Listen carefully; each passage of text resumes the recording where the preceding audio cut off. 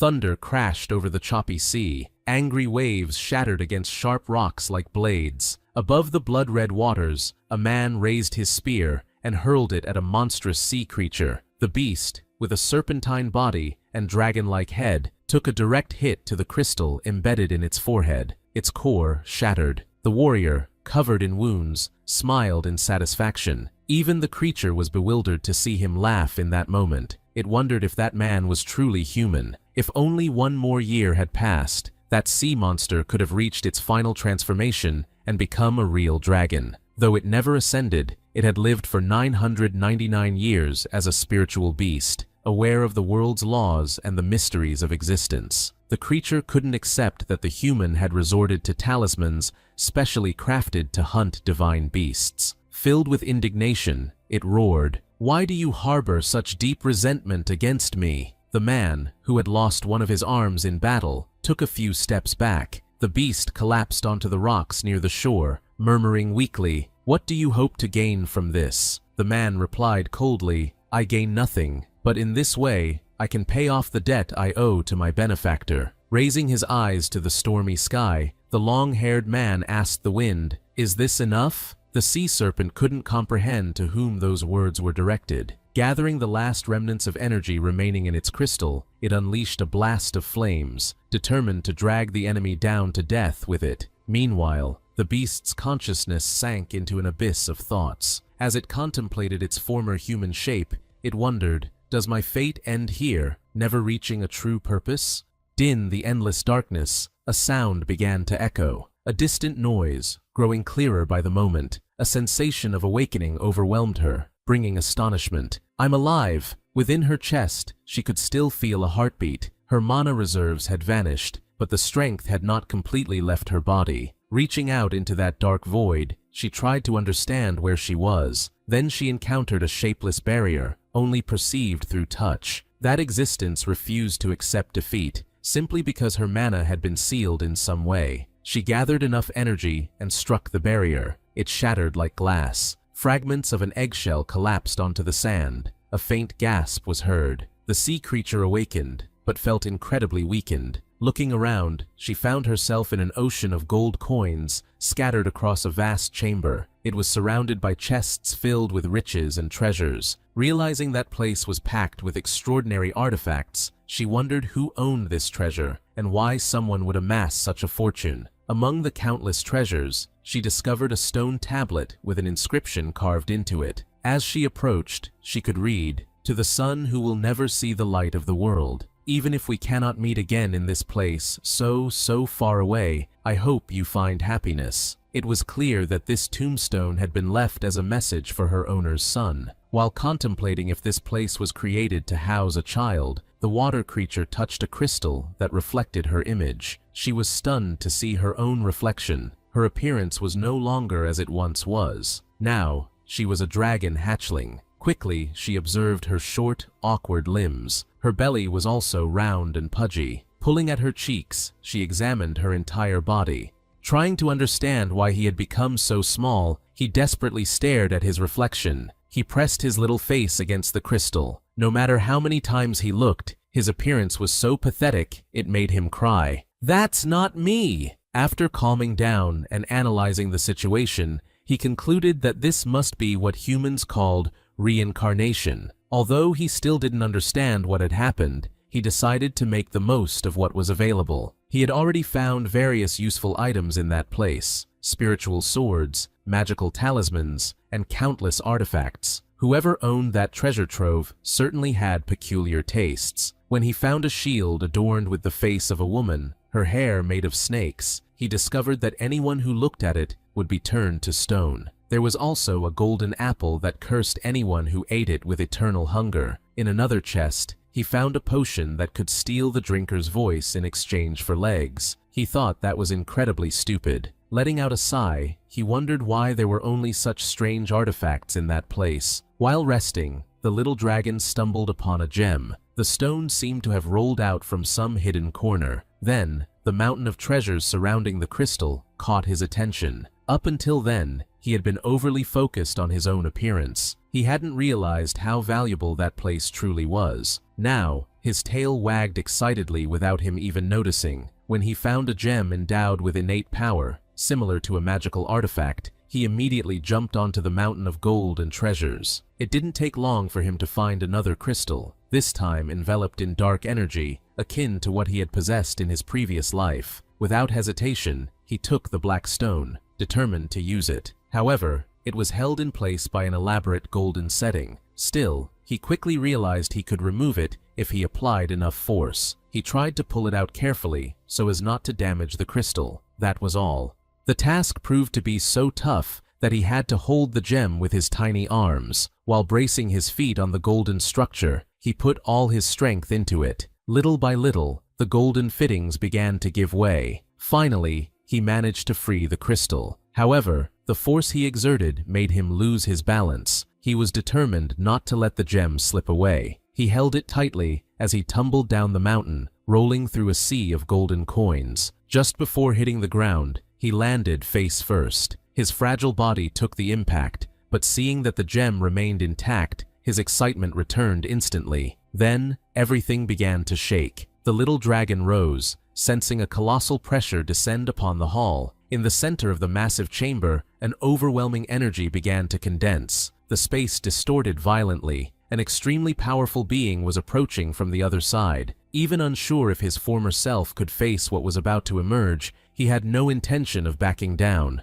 It was a black dragon, a divine beast. The portal opened. The tension became suffocating. Claws stretched through the spatial rift, followed by the face of a creature with deep blue eyes. A golden dragon revealed itself before the little hatchling. Even in front of that crushing aura, the newly awakened wasn't about to bow down. Trying to respond with a roar, he opened his mouth, but what came out was a meow. The unexpected display of courage caught the golden dragon off guard. The little dragon meowed again, feeling a wave of embarrassment for the ridiculous sound he made. Before he could react, the golden dragon's tail wrapped around him and pulled him close. The colossal creature lowered its head and brought a sharp claw closer. "You must be scared, huh?" Despite the almost 1,000 years stored in his soul, the newborn dragon trembled, curled up, as tears streamed from his eyes.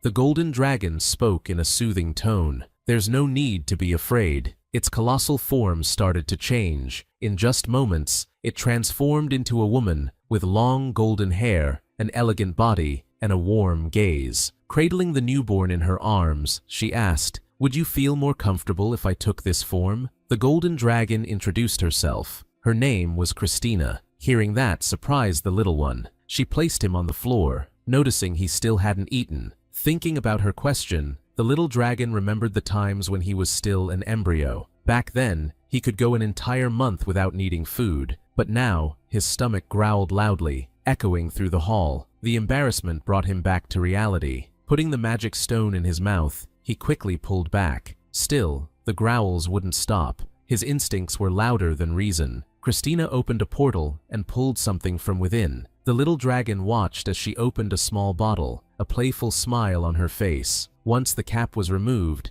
a sweet aroma filled the air, reaching the little black dragon's nostrils. The scent of honey was so irresistible that he dropped his precious magic stone. Salivating uncontrollably, he felt his eyes water. Quickly, he regained his composure. Cautiously approaching, the little dragon considered accepting the offer, but then stepped back, wary that it might be dangerous. Christina brought the bottle of milk to her lips and teased, "If you don't want it, then I'll keep it." The little dragon reacted instantly and dashed to grab the bottle of milk. Christina watched as he drank and let out a soft laugh. "You must have been really hungry." The milk was so delicious that the little dragon's mind became completely intoxicated with pleasure. A warm smile spread across Christina's face as she asked if he liked it. Then, Christina stood up and extended her hand. "Hey there, little one. If you're cool with it, why not come with me?" Thinking about his future, she tried to persuade him. "There are so many delicious things in this world. Countless experiences are waiting just for you."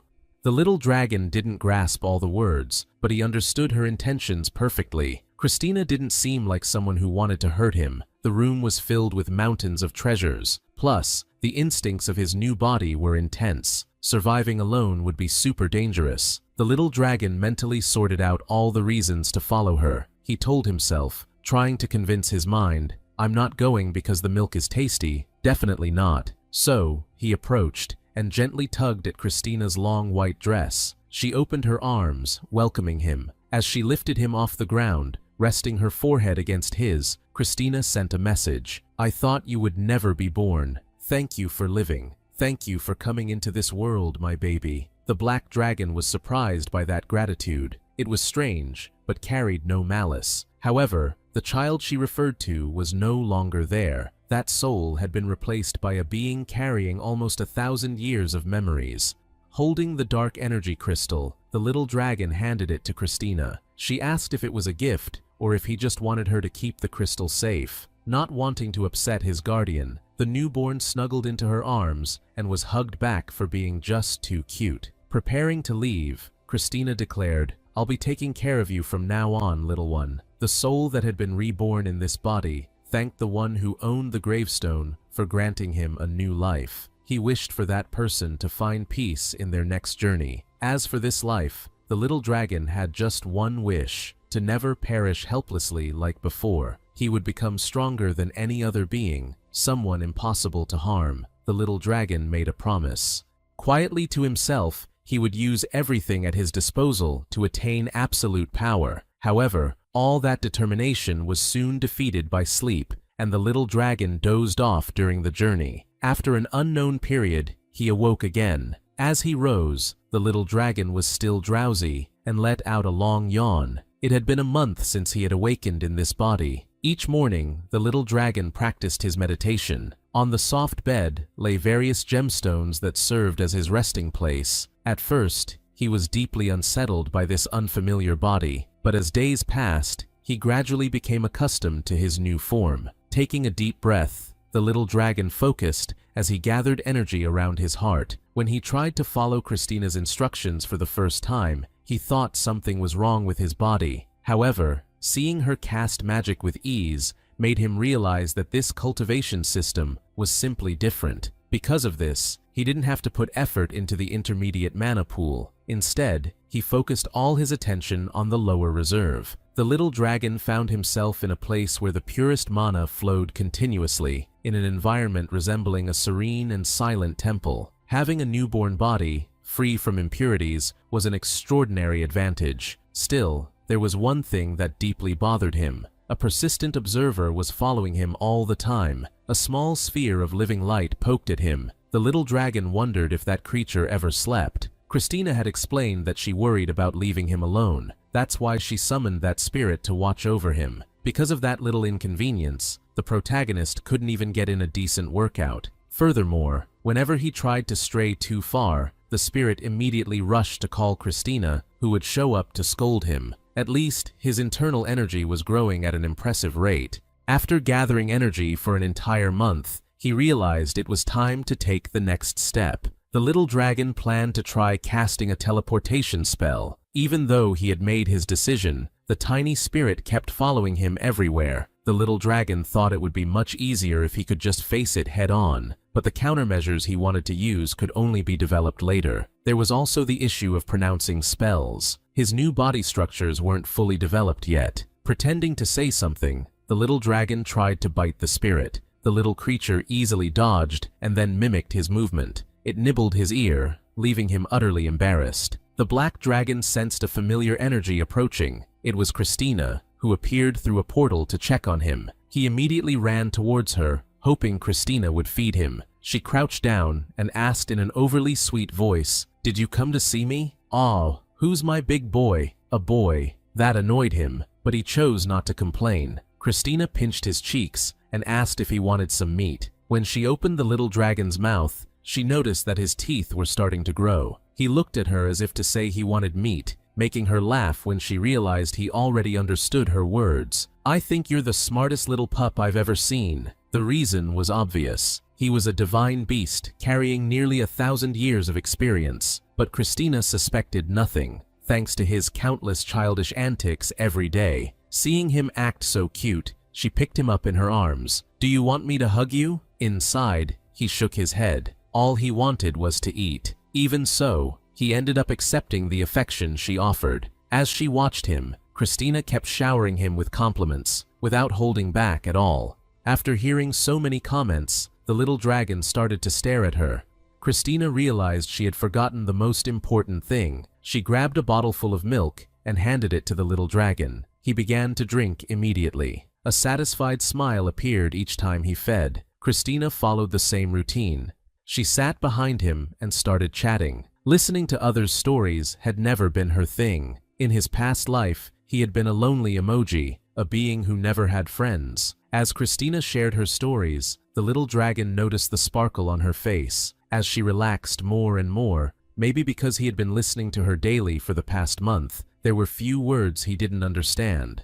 This also helped him gather information about this new world. When he finished drinking, Christina called him. The little dragon looked at the empty bottle and saw Christina begging with bright eyes. "Can you do something cute for me, pretty please?" Even having lived for almost 1,000 years, he still wondered why a divine beast like him needed to act adorably just to get milk. Still, he flashed a cute smile and responded with a meow. Deep down, he convinced himself he was just returning the favor. However, Christina immediately started poking him and petting his head, making him embarrassed as he lay down. She smoothed his scales and wished, "Since you're smart and cute, I hope you're always happy.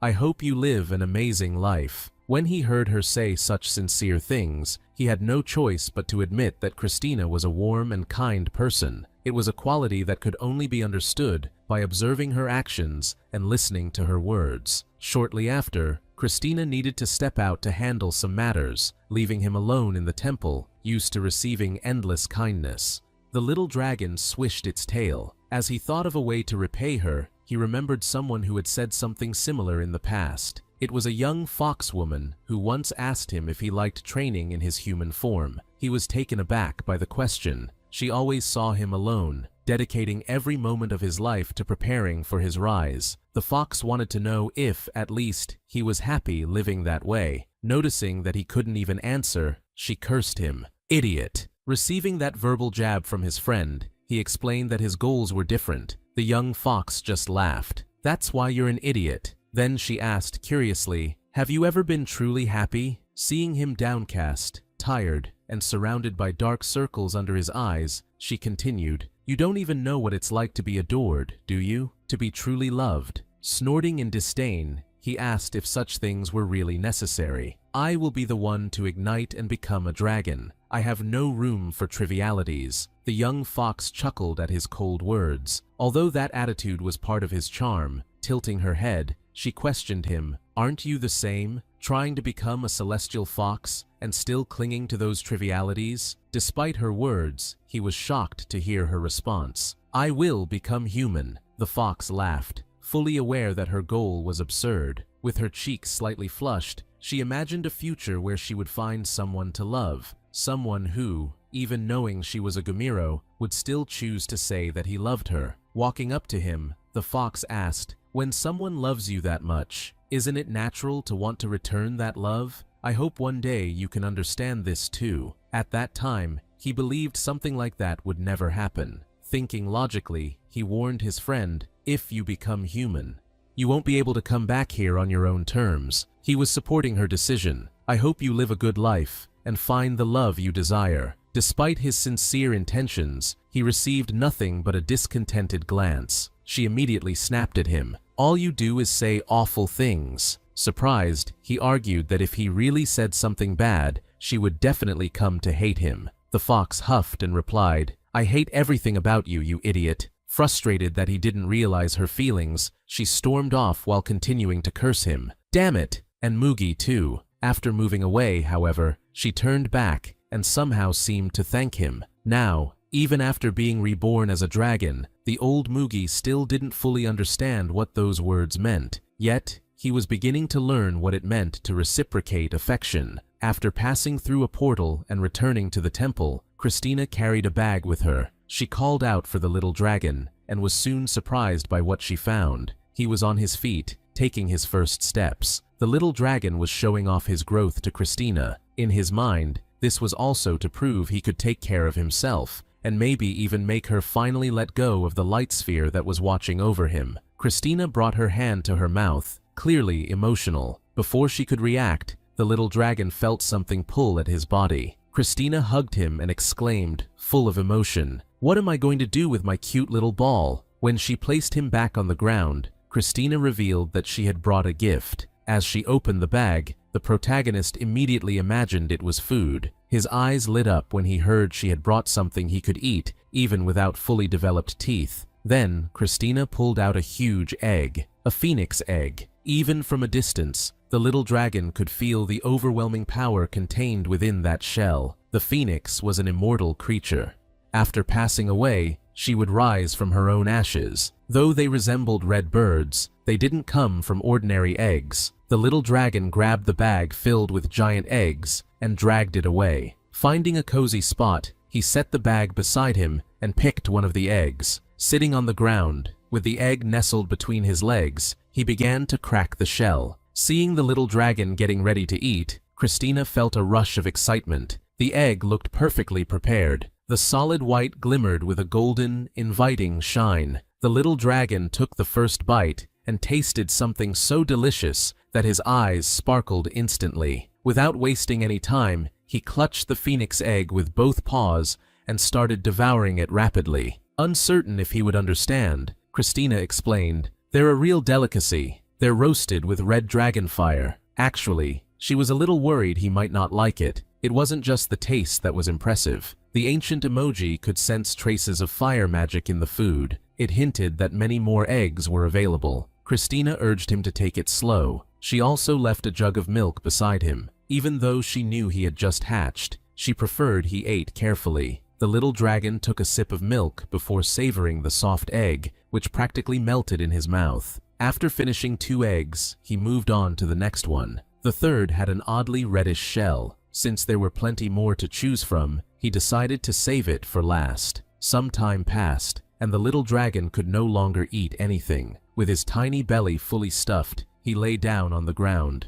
Christina approached and poked his round belly, laughing. "I didn't know you were such a little piggy. Looks like I need to bring you even more food." When he finally managed to sit up again, Christina gently patted his head and warned him, "I'll be back soon. Get some rest, sweetie." With that, the little dragon was alone with the phoenix eggs. After realizing he had overeaten, the protagonist decided to take a break to digest. Sleep quickly took over him. His eyes began to close slowly. Finally, he settled into a basket lined with soft cloths and drifted off. After an unknown period, his ears perked up at an odd noise, waking him up. Stretching lazily, the little dragon berated himself for sleeping so long. Looking around, he noticed no one was nearby. However, he found many more prepared eggs. Christina had probably left them there while he napped. Wiping the corner of his mouth, he wondered if he should eat one more. After all, digestion was complete during his snooze. His little wings fluttered involuntarily as he followed the irresistible scent of the eggs. At the same time, he tried to come up with a good excuse to keep eating. "Just one more won't hurt. I'm not being gluttonous. I'm just trying to absorb as much fire mana as I can." Without realizing it, he ended up flying towards the reddish egg. As he stared at it, he remembered seeing it earlier. Knowing he'd need to deal with that egg sooner or later, he decided to take his shot now that he was alone. A dark energy began to surge from his black wings. Pausing with one of his tiny paws, he focused the power to the tips of his fingers before lunging at the egg. When the strike hit the shell, it left a scratch. The egg didn't crack or show any damage. In fact, the impact was so strong, it sent the little dragon tumbling back. After landing awkwardly, he licked his sore paw. Still, he didn't give up. If that egg wanted to make things tough, he'd respond in kind. Closing his eyes, the little dragon gathered all the energy within his body. Then, he took flight, hovering above the egg. He concentrated all his power into a dark energy sphere. Calling upon the strength of a true dragon, he let out a fierce roar. The sphere shot a beam at the reddish egg. The impact was so powerful that it cracked all the other eggs around. When he landed again, the little dragon asked if he had succeeded. Breathing heavily, he looked at the red egg. He saw a crack spreading across its surface. That made him smile with pride. "Just as expected, my power is beyond comparison." Slowly approaching, he wanted to discover what extraordinary treat awaited him. After so much effort, it was finally time to eat. But at that very moment, the egg began to move. Small cracks appeared on the shell, as if something was trying to break free from inside. When he extended his paw to touch it, the protagonist felt something soft and feathered. The creature that emerged before him chirped like a newly hatched chick. It was a small white bird, adorned with some black feathers, gazing at the world for the first time. The little dragon was completely surprised. Then, to his utter confusion, the bird rubbed its head against his paw. It seemed to be trying to figure out why there was a bird inside that egg. The little creature took flight and advanced toward him. The chick landed on his face and embraced him affectionately. In that moment, the little dragon felt a special energy flowing through the bird. His eyes widened as he realized the creature was mixing the fire energy present in its body with the shadow power he emitted. The protagonist finally understood what had happened. The power of his attack wasn't cancelled out by the egg. It had been completely absorbed by it. In other words, all the energy he had built up for an entire month and condensed into a single strike now belonged to the little bird. While the dragon lay on the ground, crying from sadness, the chick walked toward him, the small bird. He rubbed his head against the little dragon's face, recognizing it as part of his family. Not understanding why the bird was so clingy, the protagonist began to wonder if phoenixes usually acted like this. That's when he realized the truth. The creature in front of him was a phoenix. By transferring his energy to the egg, he had probably created a special bond between them. Among the divine bird creatures, there were beings that shared similarities with phoenixes. That's why he wanted to confirm if they truly belonged to the same lineage. The little dragon tried to move away, but the chick followed him. Even when he ran, the small bird hurried to catch up. As he twisted around the hall, the phoenix mimicked his every move. After tiring of the relentless chase, the little dragon understood the depth of the connection that had formed. The phoenix remained full of energy, thanks to the power she had received from him. Exhausted and drained, the protagonist flew away, determined to take a break. Seeing him leave, the little phoenix panicked at being left behind. Feeling a bit relieved, the dragon increased the distance between them. He decided to simply ignore the bird. However, the bird started chirping non-stop, making it impossible for him to rest. Hearing those melancholic sounds, the little dragon realized that the phoenix was crying. He clenched his teeth, remembering all the energy he had lost because of her, mentally cursing her countless times. Meanwhile, in another corridor of the gigantic marble mansion, Christina hurried along, carrying a basket full of eggs. She blamed herself for taking so long, even though she had done her best to bring the eggs earlier. Worried that the baby dragon might be hungry, she had prepared a large quantity of phoenix eggs. When she opened the door to the huge room, Christina was confused to see so many shells scattered around. She heard a strange sound coming from inside. When she approached the spot where the little dragon usually slept, she was surprised. There was another creature next to him, snuggled up in his little basket. Christina watched the bird and wondered if it could have hatched from one of the phoenix eggs. The little phoenix woke up, sensing a presence nearby. Seeing the massive figure in front of her startled the bird. Christina watched in surprise as the creature reacted. The little phoenix spread her wings and stood protectively in front of the dragon, releasing both fire and shadow energy, pure fire and dark power. The phoenix even had the distinctive aura of dragons. It was impossible to miss her uniqueness. Yet, for a newborn creature, she was holding up remarkably well. A sacred firebird, destined to roam the gardens of the gods, was now protecting the last black dragon. It felt like witnessing a destined bond coming to life. Bending down to observe her more closely, Christina thought it was a bit concerning that the little phoenix wouldn't even let her touch the dragon. At the same time, it didn't feel right to force her against such a young creature. Suddenly, the little dragon stretched his limbs and grabbed the phoenix, surprising her. The protagonist yawned as he woke and sent a thought to the little bird. "Don't be rude. She's my benefactor." Christina began to laugh, seeing how friendly the phoenix was with the little dragon. Since only one phoenix was born each generation, she believed this chick was the new phoenix meant for this era. However, Christina soon became worried. Normally, when a phoenix from the previous generation passed away, a new one emerged within 100 years. Something was off, as the current phoenix should still be alive. The little dragon attentively observed the worried expression that appeared on her face. Christina was trying to figure out if something was wrong with her world. After all, She was facing a phoenix blessed by shadows. Even though it had just been born, this was not something she could just ignore. She called upon the spirit of light. Christina explained to the spirit that she wanted to meet Pasius, the elder of the red dragons. He also had the power over fire and was raising a hatchling. Discussing the case of the little phoenix with him seemed like a smart move. Rai smiled at her and immediately agreed to the mission. After sending off the spirit, Christina turned her attention back to the little baby dragon. "You'll be all right, right?" The baby dragon raised its paws towards her, saying goodbye. Seeing that, the little phoenix lifted one of its wings and mimicked the gesture. Christina was still worried about leaving the two newborns alone, even with Rai around. Still, she believed they would be fine. Somehow, she felt that the little dragon was not just intelligent. There was an unusual maturity within it. It seemed to already have its own values and beliefs. Moreover, the mana control displayed by the hatchling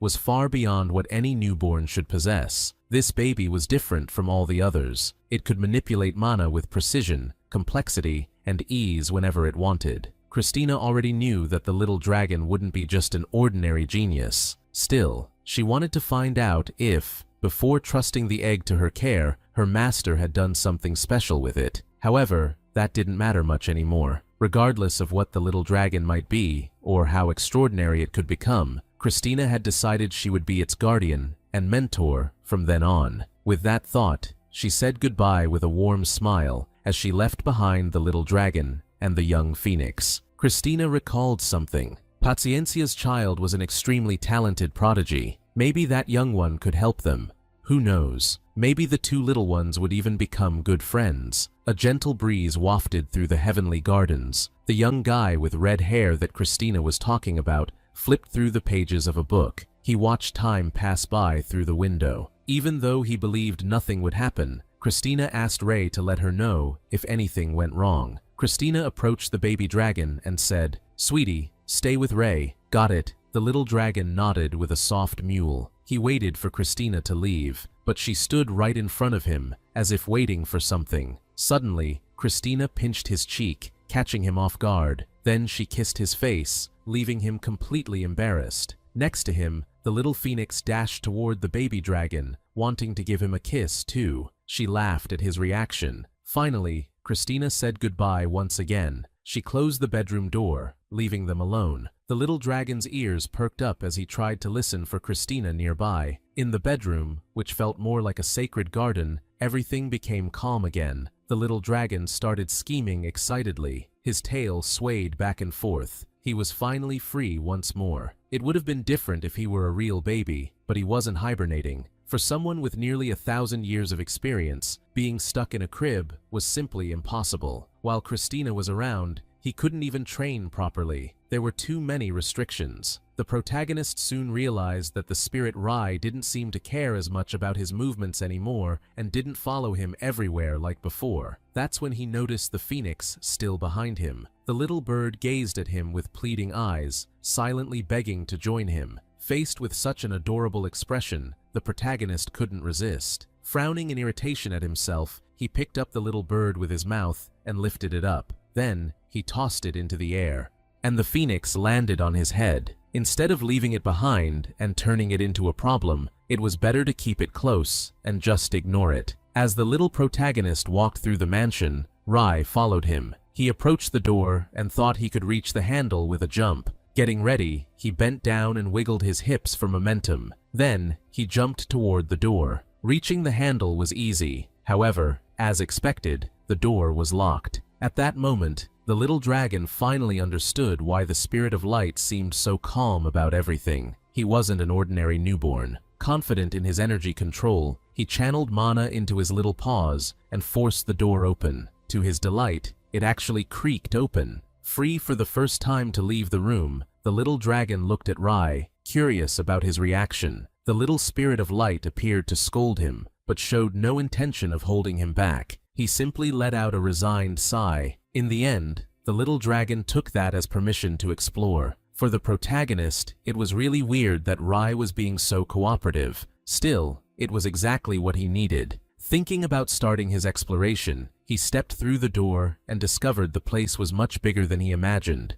The hallway seemed endless. This made him realize why Rai hadn't tried to stop him or act overly protective. Probably, the spirit believed that a baby could never get far on its own. Walking at his own pace, the little dragon soon realized he wouldn't get very far as expected. Exploring this place without teleportation magic would be super inconvenient. A smile crept onto his face. He was ready for this. Using his internal energy, the little dragon replicated something he'd been observing for weeks. The flow of power he felt every time Christina cast magic.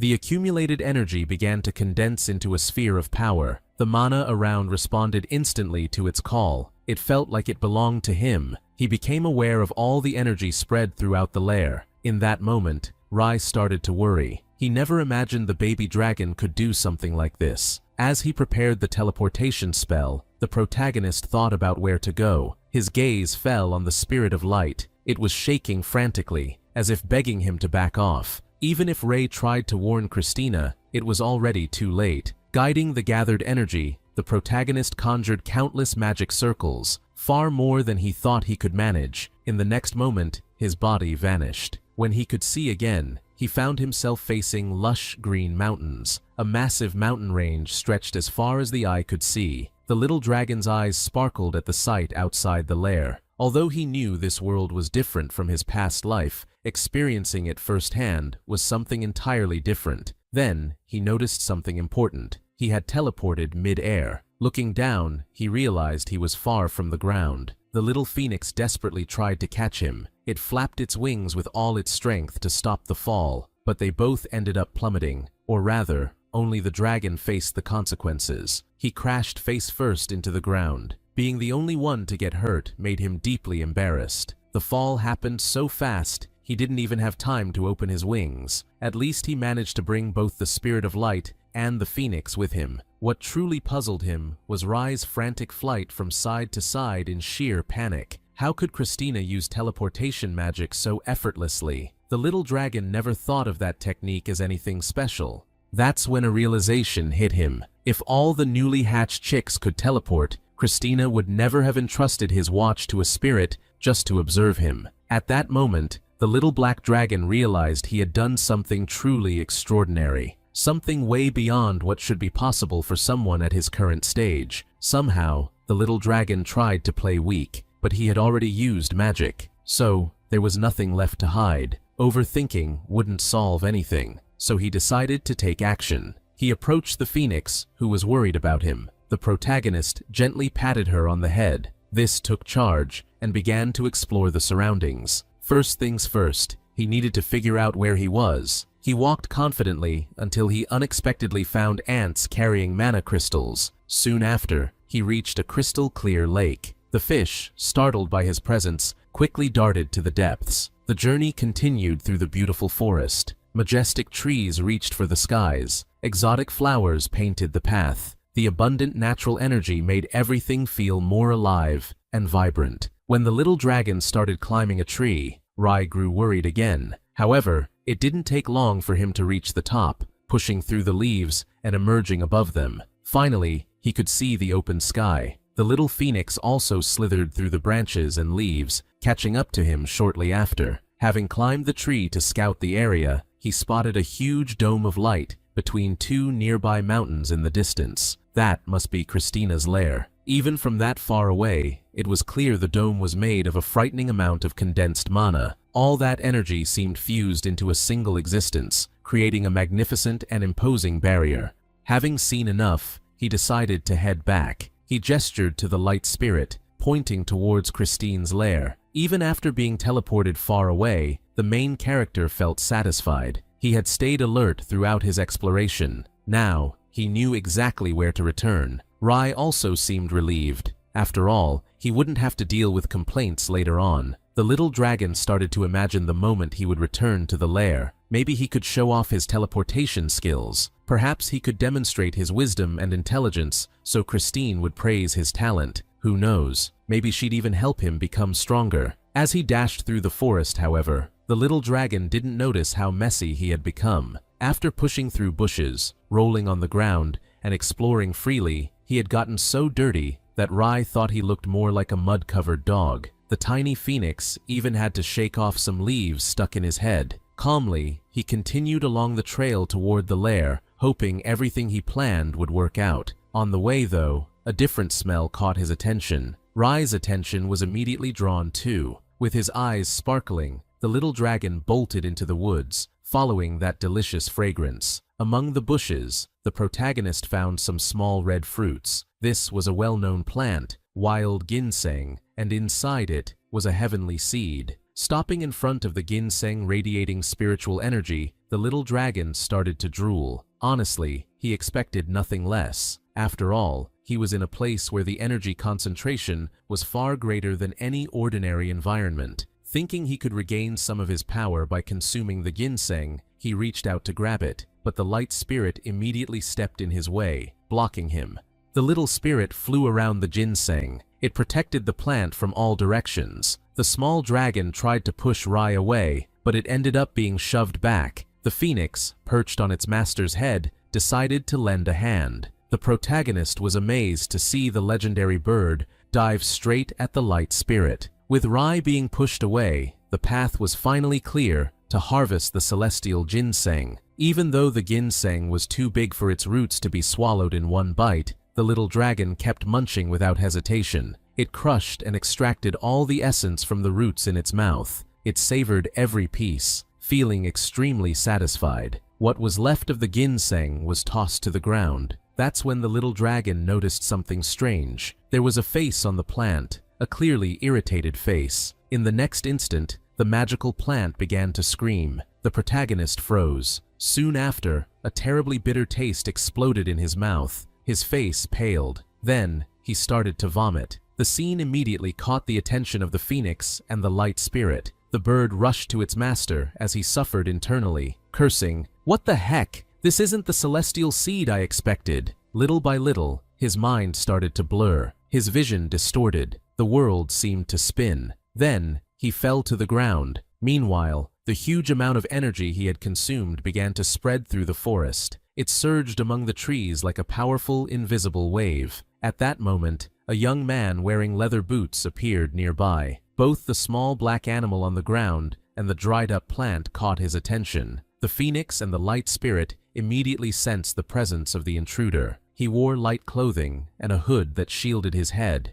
The young man followed the trail of energy flowing through the air until he reached the spot. Then, he raised one hand. Mana flowed around him. The energy enveloped the little dragon. He gently rose from the ground. Then, the young man took a small medicinal pellet from his robes. With a simple gesture, he made the medicine float toward the creature. It was barely conscious, so the black dragon swallowed the medication without realizing. With the energy surrounding it, digestion happened quickly. Soon after, the dragon began to awaken. Its eyes opened slowly. The vision was still blurry. Even so, it managed to see an unfamiliar figure before it, asking who that person was. Before it could fully regain consciousness, however, the stranger had vanished. Exhaustion washed over the dragon again. It fell asleep once more. With tears in her eyes, the phoenix and the spirit of light rushed to him. Flooded with relief, they embraced him while he rested. Meanwhile, Christine finally arrived at her destination. She lifted her gaze and greeted the figure in front of her. "Long time no see." The huge red dragon, surrounded by flames, observed her arrival. That was none other than her old friend, Patias. The deep voice of the dragon echoed through the lair filled with gold. "Indeed, it has been a while, leader of the golden dragons." The voice then began to shift, becoming that of a human with tremendous class. "You requested an audience quite suddenly. You realize I only agreed to this, despite your rudeness, because of your status, right?" Assuming the form of a wealthy noble, the red dragon declared, "I hope your business here is worth my time." Christine brushed off Pachias's tone and bowed slightly, apologizing for the awkward moment. After thanking him for receiving her, Christine revealed something that left Pachias shocked. "A black dragon just hatched." The dragon man rose from his throne, completely bewildered. Christine disclosed that she hadn't reported the event to Lord yet, which left Patias even more confused, trying to piece things together. Because she had approached him first, Christine began her explanation. She stated that the baby was still young. He needed time to grow. gain all kinds of experiences, and develop a sense of identity. The black dragon she referred to at that moment was playing with a butterfly among the flowers. It was far from where she had left him. On behalf of the newborn, Christine made a request. "I hope you can be a source of strength for this child. Do not let Lord Isha interfere." Raising his eyebrows, Pasius asked if the boy was worth so much effort to convince the red dragon. She revealed one of the black dragon's feats. "Did you know he was reborn as a phoenix?" Pasius found it hard to believe because the current generation's phoenix had not yet departed. That was precisely why Christine thought the black dragon was so special. Pasius struck his hand against his golden throne. He knew what Lord Isha would do if he discovered the dragon. He will try to brainwash the child and bend him to his will without a second thought. Even without that, if Isha decided the child was a threat, he would certainly eliminate him.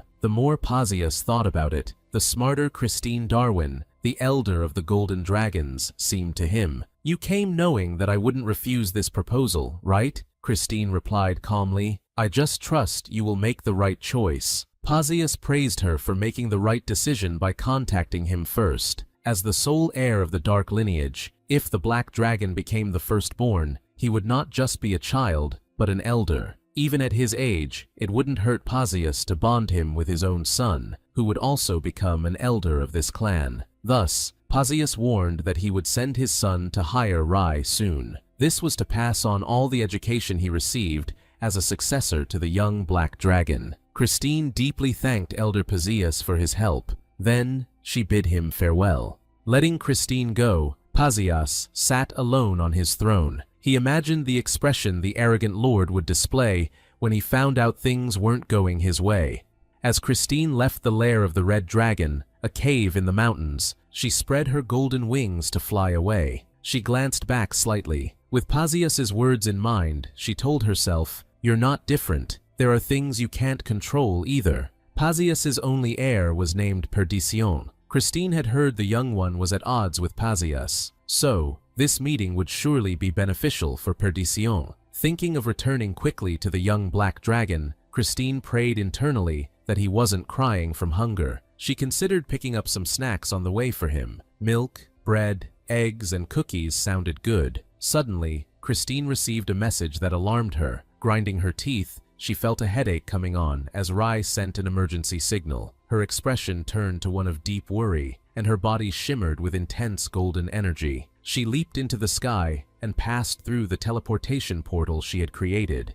As she emerged from the portal, Christine found the newborns lying on the grass. She descended towards them and saw the little phoenix rise to protect the dragon. Christine scooped the dragonling into her arms, wondering why they weren't in the lair's room. She was trying to piece together what had happened. Rai fluttered towards a plant on the ground, and Christine was startled to see it was a mandrake. Concern filled her eyes as she realized the dragon had eaten it. The mandrake was a dangerous herb on its own in any circumstance. Beyond that, the plants and animals in this area were saturated with draconic mana. Most importantly, that mandrake had grown by absorbing dragon mana for hundreds of years. The black dragon was just a month old. Eating a mandrake that had been growing for centuries was extremely risky. This could seriously harm him. However, upon catching a certain scent, Christine understood exactly what had happened. Lisa, young, but the most talented among the young dragons, was the daughter of Rune.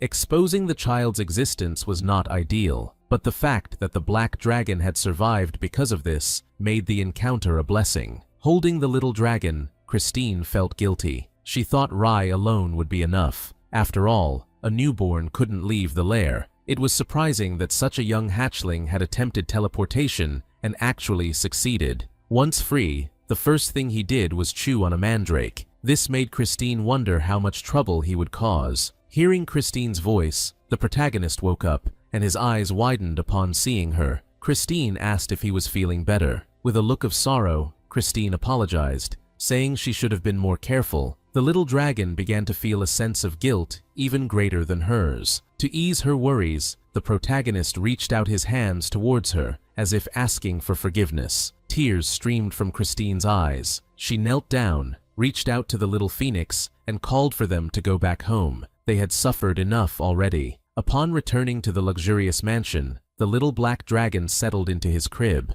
With his eyes closed, he began to meditate. Internal injuries, along with a complete energy mess. Still, he was alive. So, he figured that's what mattered. It didn't matter how familiar things looked or smelled. Now he knew this was a completely different world. He needed to be more careful moving forward. At least, the training he went through had paid off. Setting aside his thoughts for later, the little dragon focused on absorbing all the energy within him. As he meditated, the little phoenix approached. The phoenix got his attention.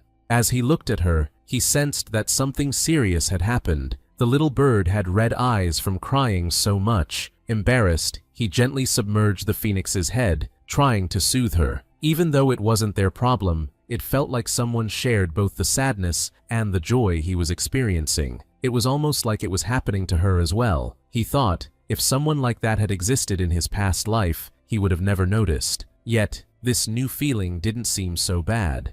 He thought maybe he could get used to it. As he pondered, the black dragon noticed a light. The little phoenix rubbed against his paw, sparking tiny flames. That energy was felt by the protagonist, who recognized it instantly. It was the purifying energy present in the little phoenix's tears. He scooped up the tears with one of his paws and used a claw to taste one. The healing attribute in the phoenix's tears flowed down his throat. With his eyes shut, he concentrated on that concentrated power. The black dragon was amazed, as the tears acted like an antidote to poison. On top of that, a fire energy was bubbling through his body. The protagonist looked grimly at the phoenix and rubbed the little bird's head, grateful for her being much more helpful than he had imagined. Christine entered the room to check on the dragon. Now awake after playing with the little phoenix, the black dragon sat on the floor, greeting her with a calm look. Seeing he seemed okay, Christine recalled the fright she had experienced. She scooped him into her arms, assuring him, "This only made you sick because you're still a very young hatchling. Once you grow a bit more, something like a mandrake will be nothing for you." The little dragon pressed his paws against Christine, showing he would be perfectly fine soon.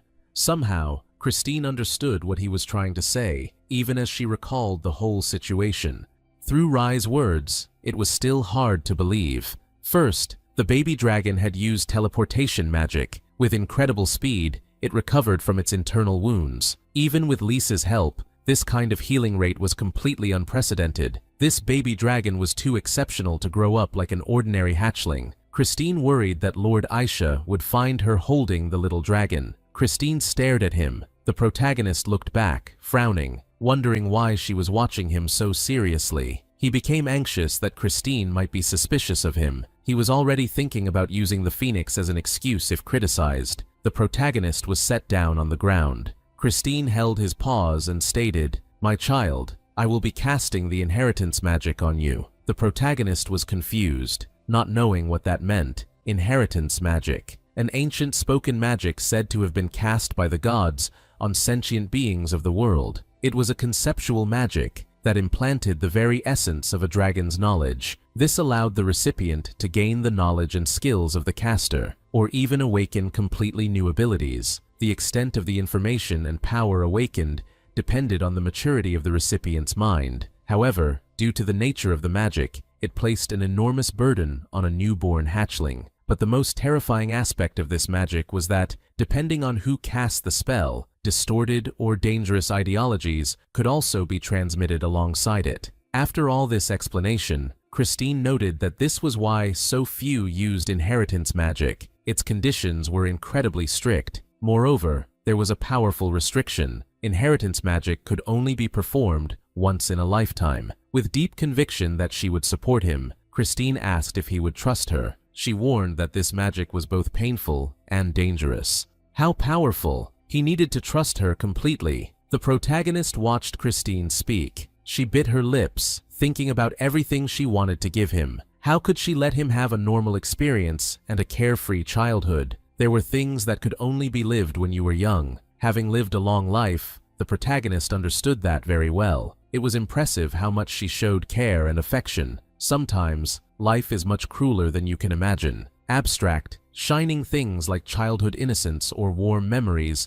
are easily set aside by the harsh realities of life, and when you finally realize how precious they were, the vessel is already old and broken. it becomes impossible to fill it up completely again. You end up recognizing those fragments too late, simply wishing for them with all your heart. Still, despite wanting to protect and create those things for himself, more than for anyone else, that was a choice someone had made for him. So, the least the little dragon could do was endure a bit of pain. With a soft meow, he agreed. A few days later, in the marble den, a radiant energy filled the space. A golden magic circle was created, and above it, a massive amount of golden mana gathered. Christine held the little dragon in her arms. She stepped into the magic circle with him. From the very first step, the little dragon felt immense pressure. Even though they were not so close to the center, the intensity of the mana pressed against his skin. Christine reassured him. "It's okay, my child. Don't be so nervous." He looked at her, then stepped down from her arms, standing in the magic circle by himself. They faced each other. Everything seemed to start when Christine let out a gentle sigh. She extended her hands, chanting the spell, "In the name of Christine L. Arcadia, my life and my memories. I will pass the information to this kid." Christina pointed her hand at the black dragon. She started the transfer through the energy in the protagonist's bright red, energized eyes. Magical runes appeared. All the information was being pushed into the depths of his mind. He felt something pulling at his consciousness. It felt like an entire file of information was being forcefully dumped into his brain. His nerves were being stretched to process the flood of knowledge. The pain was excruciating, but he had to endure it. If he could get through this, all the power and knowledge transferred would be his. Just a bit more. He tried to hold on. Just a bit more, so he could take it all in. The black dragon's eyes shone with an intense light. Unable to speak, he opened his mouth and let out a silent scream. After a while, everything grew calm once again. Christina approached, worried. "Are you okay, kid?" The black dragon remained silent, with a dark expression. Then, it collapsed to the ground, making Christina rush towards it. The golden dragon picked up the baby in her arms, begging him to wake up.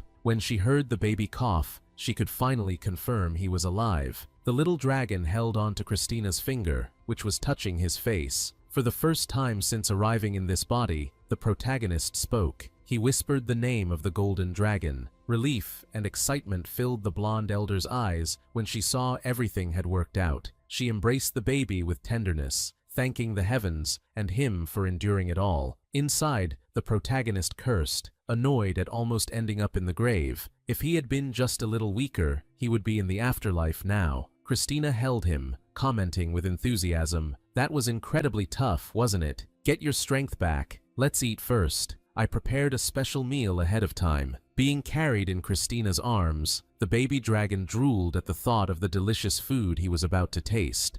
He couldn't wait any longer. When Christine presented the delicious food she had talked about, the protagonist's face fell. In front of him was a dry root, a dark and suspicious broth, along with some old seaweed. But according to Christine, all of that was good for his health. Still, the protagonist stared at the food with hesitation. Looking at her, the little dragon suggested milk and eggs. Christine shook her head. "No, they will interfere with the medicine's effects. However," she assured him, "if you eat everything, I will give you a sweet apple." After everything he had been through, he couldn't believe he was stuck eating food from someone so stingy. But he knew he wasn't a real baby. He had even eaten a mandrake. What lay in front of him shouldn't be that shocking. Thinking it couldn't be that bad, he started with the root. As soon as he took the first bite, he tore a piece of the medicinal herb. His eyes widened, because, just as he had imagined, it was extremely bitter, enough to make him cry. Christine smiled awkwardly, understanding how he felt, but urged him to push through and eat it all. By this time, the protagonist felt like he was being punished for eating the mandrake. Even the phoenix was getting treats, receiving cookies from Christine. He wanted a tasty snack too. He didn't want to eat that medicine that looked like it came from the trash. In the end, he managed to hold on and eat everything Christine gave him.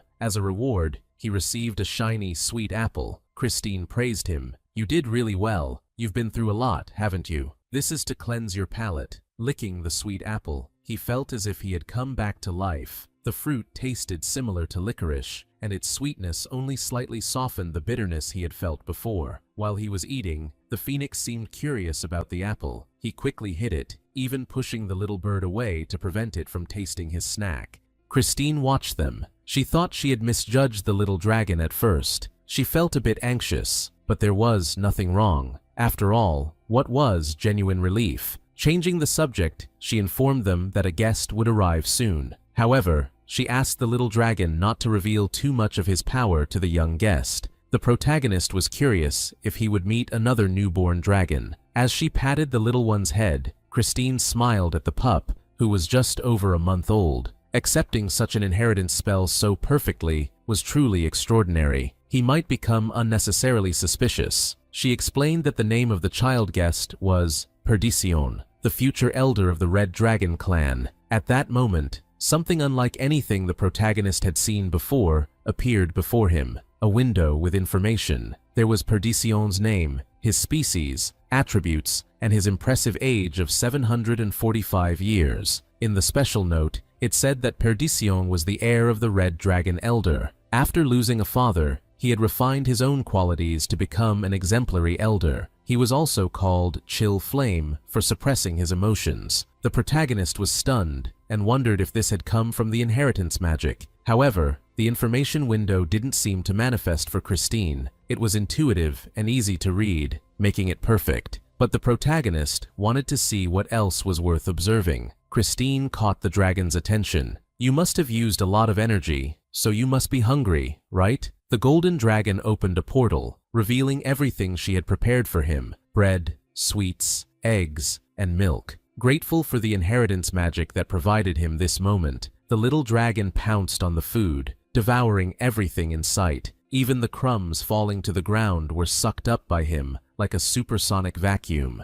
Watching him for a moment, Christine realized something. The little hatchling still didn't have a name. Dragons chose their own names. A name was the first word of the spirit. Words were an inherent skill of dragons. Using his name exactly as it was in his past life might sound a bit odd. Still, he had held on to it. The protagonist remembered when he was named. A man had explained its meaning to him. "Since your body is the color of black ink, let's call you Muke. My last name is Lee, so you'll be Lee Muke. What do you think?" While he was still just a little lizard that fit on someone's shoulder, Lee Muke followed that person. According to him, an E-mode would become a dragon after 1,000 years. This meant that even though he was small now, maybe one day he would rule the world. The man then wished, "So you and I will keep moving forward and do our best." It had been so long that he couldn't even remember the man's face anymore. The little dragon told Christine he had already decided on his name. The golden dragon gently stroked his head, assuring him he still had time. Bending down, she pondered something. "But for the sound magic to reach my mind so clearly, that's a bit surprising, isn't it?" On the other hand, the protagonist insisted it was quite easy to use. He could barely talk before, so this felt like a huge stroke of luck. Christine frowned suspiciously. He was adapting to high-level magic really quickly. This made her proud of her son,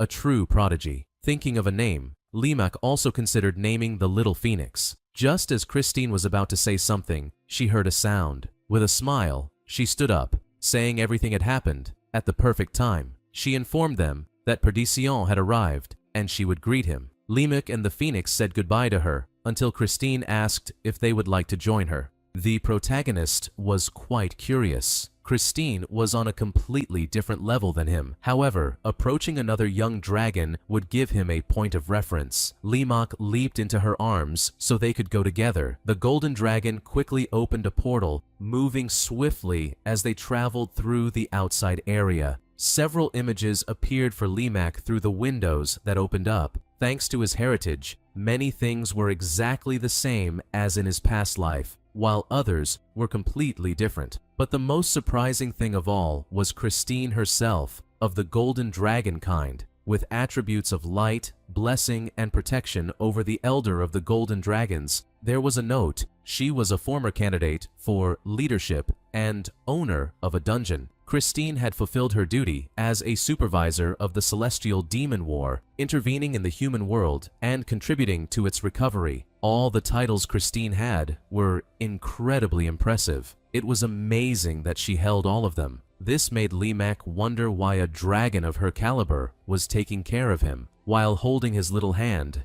Christine greeted the young man in front of her. "Thanks for coming here. It's been a while." Perdition. Limak watched the young dragon Christine was talking about, the successor of the Red Dragon clan, dressed in noble clothes and exuding a knightly aura. Perdition bowed slightly in greeting. "It's an honor to meet you again, leader of the Golden Dragon clan." Christine turned to the being by her side and asked if he was the newly hatched black dragon. Limak hid behind Christine's leg, and she responded to the young man, "That's right, he's small but quite memorable." With Christine's command, the protagonist stepped forward, extending his hand to Perdition in greeting. The young dragon suddenly approached and knelt before him. The protagonist raised one eyebrow and furrowed the other. Feeling a strange hostility as the young dragon reached out to him, Perdition quickly hid his animosity. He shook the little dragon's paw, greeting him. Still, Limak found his behavior quite odd. There was no reason for such a sinister glare as before. Anyone witnessing the look Perdition shot at Limak would think the baby dragon was his sworn enemy. The little phoenix climbed onto Limark's head. It spread its wings, and while chirping loudly, flapped them to send a gust of wind toward the young dragon. However, the attack felt more like a gentle breeze. Perdition almost let his irritation slip.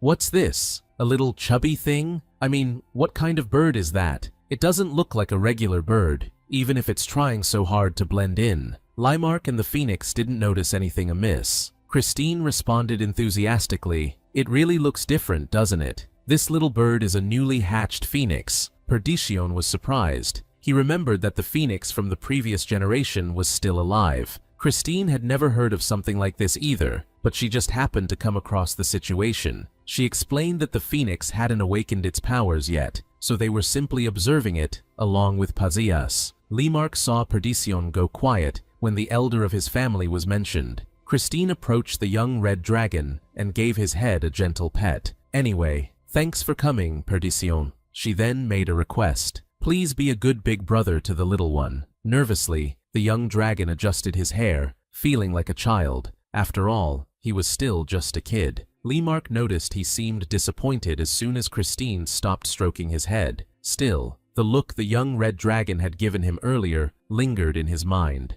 Thinking about testing him, Limark flew closer to Perdition. The young red dragon flinched. "Hey, what are you doing?" The protagonist stretched out his little paws toward him. Limak pressed his head against Perdition, as if he was mimicking Christine's actions. To anyone watching, it looked like Limak was just copying what an adult would do, but anyone would react if someone they hated touched their head. Limak waited to see how the red dragon would react. Perdition pulled his head back, stuttering. "What do you think you're doing?" The young man's face turned completely red, matching his hair. That wasn't the reaction the protagonist was expecting. A thought crossed his mind. Maybe Perdition didn't actually hate him, but the young dragon definitely radiated hostility. Earlier, trying to test him again, the protagonist made another move. Using Perdition as leverage, he jumped over the young man. Limak launched a genuine cuteness attack, leaping over the young red dragon. He was ready to kiss the ground if Perdition dodged. Christine rushed toward them, worried about what they were up to. The golden dragon apologized on Limak's behalf. "Sorry, it seems like this little guy was really excited to finally have an older brother." The protagonist's eyes widened in surprise. Perdition unexpectedly caught him, falling backward onto the ground while protecting him. The young red dragon realized what had happened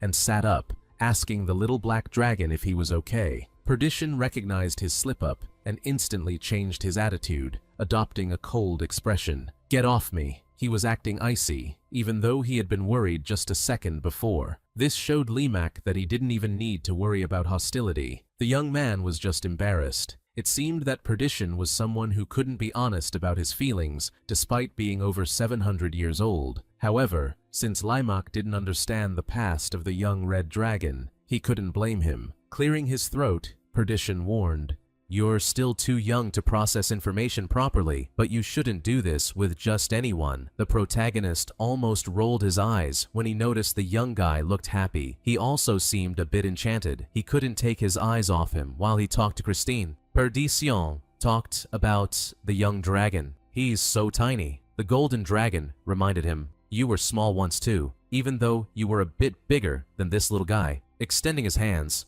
Perdition tried to imagine how big he was as a baby. Christine laughed as she watched him act with curiosity. It's been ages. Of course, you wouldn't remember. Even though she didn't see Perdition often, Christine recalled when he was a baby. He always had such a sweet look. Receiving that sudden compliment from the elder made the young guy blush slightly. He struggled to hide how pleased he was. The protagonist saw him doing the same thing he had done just minutes earlier and rolled his eyes. But it was at that moment that his stomach growled, loud enough to catch everyone's attention. Embarrassed, he covered his face with his paws, trying to hide. He blamed the fact that he was out of mana, even after eating a lot. Whether it was milk, eggs, apples, or candies, his stomach felt empty. Seeing that the baby was hungry, Christine suggested the two young ones play together. She would go fetch something for them to eat. Leaving them alone,